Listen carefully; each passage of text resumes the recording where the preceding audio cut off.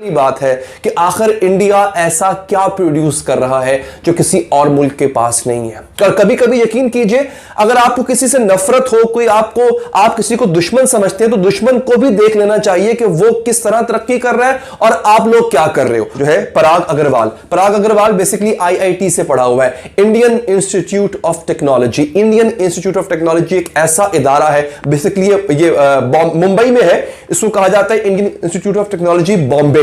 उस वक्त जब ये इसकी बुनियाद रखी गई थी 1958 में जवाहरलाल नेहरू ने, तब ये मुंबई नहीं था, बॉम्बे था।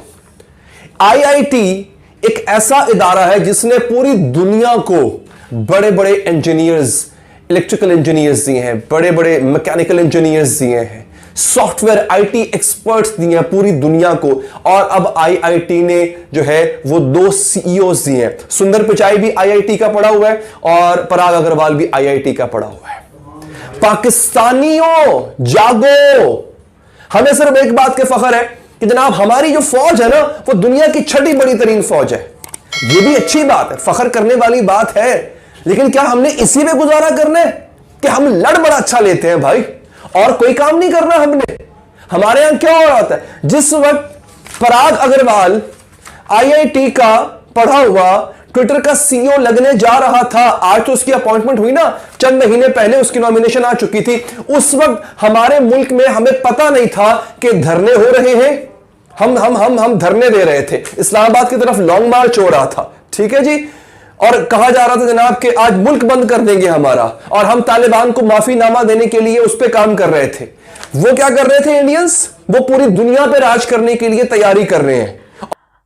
मिस्टर पराग अग्रवाल जो हैं, उन्होंने मुंबई के टेक्नोलॉजी इंस्टीट्यूट ऑफ मुंबई जो है वहाँ से तालीम हासिल की, जिसके बारे में कहा जा रहा है कि ये जो इसकी फाउंडेशन थी वो पंडित नेहरू ने रखी थी। लेकिन जो हमारा इस वक्त बात करने की जो आप कह लीजिए मकसद है, वो ये है कि इस वक्त पूरी दुनिया में जो टेक कंपनीज़ रूल कर रही हैं, उन सब पे इंडिया के सीईओज़ लगे हुए हैं।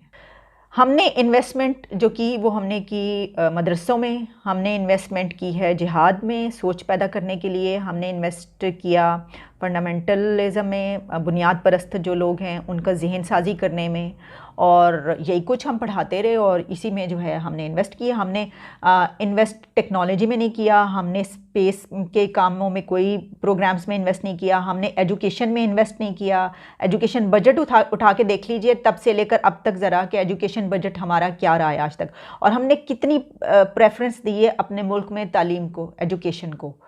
तो हमने जिस चीज़ पर इन्वेस्ट किया है वो आपके सामने है, और उन्होंने जिस चीज़ पे इन्वेस्ट किया है वो भी आपके सामने। इस वक्त पूरी दुनिया पर टेक कंपनीज़ पर जो है वो उनका राज है, भारत इस वक्त रूल कर रहा है। और हम जो हैं, हमारे एसेट्स क्या हैं वो भी आपके सामने देख लीजिए। ये एक तस्वीर चल रही है कि पाकिस्तान जो हमारे एसेट्स हैं वो ये हैं, हमने ये एसेट्स बनाए हैं अपने, और जो उनके एसेट्स हैं वो ये हैं। तो दोनों को आप कंपेयर कर लीजिए, हम अब कंपैरिजन कर लीजिए आप। देखिए हमारे तो बहुत बड़े असासे हैं ना, हम तो कह रहे हैं कि जनाब वो इलेक्शन भी लड़ेंगे और इन्होंने जो है वो पाकिस्तान को आगे लेकर चलना है, बिल्कुल। तभी तो हम उनको इस तरीके से जो है वो आगे लाइमलाइट कर रहे हैं, उनको आगे लेकर आ रहे हैं, आगे बढ़ा रहे हैं। इसकी वजह यह है कि इन्होंने ही आगे बढ़ना है और यही लेकर चलेंगे हमारी नस्लों को आगे, और अभी तक हमारी जनरेशन्स को यही लेकर चल रहे हैं। देखिए ना, हमने जो जंग है रशिया वाली और वो सारी सब जिहाद की जंग हमने लड़ी ना हमारे मुल्क में, तो तभी तो ये सिचुएशन है इस वक्त। तो हमने इन्वेस्ट किया जिस चीज़ पर, उसका हमें फल मिल रहा है, और उन्होंने जिस चीज़ पे इन्वेस्ट किया उनको उनका फल मिल रहा है। तो अभी भी टाइम है, सोच लीजिए किस चीज़ पे इन्वेस्टमेंट करनी चाहिए।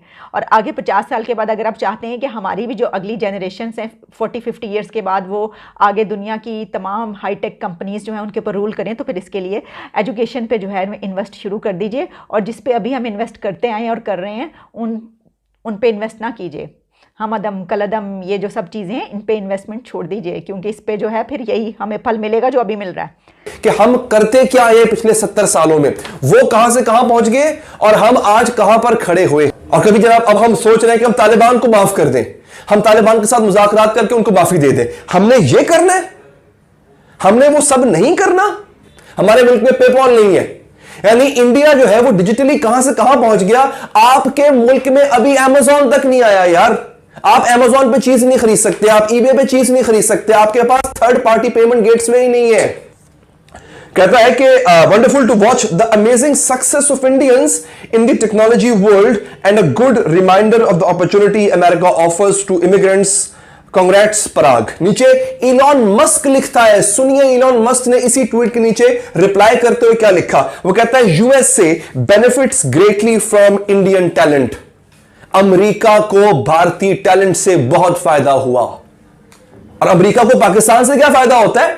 हम कभी अपने अड्डे दे देते हैं अफगानिस्तान पे बमबारी करने के लिए, कभी हम ड्रोन अटैक करने की इजाजत दे देते। हमसे तो यही फायदा हुआ है अमेरिका को अब तक, जिसका वो कभी भी शुक्रगुजार नहीं है। और शर्माइए, रोज बैठ के इंडिया को गाली देते हैं, वो कहां से कहां जा रहा है। अगर आपने उसका मुकाबला करना है तो आपको भी ऐसा बनना होगा।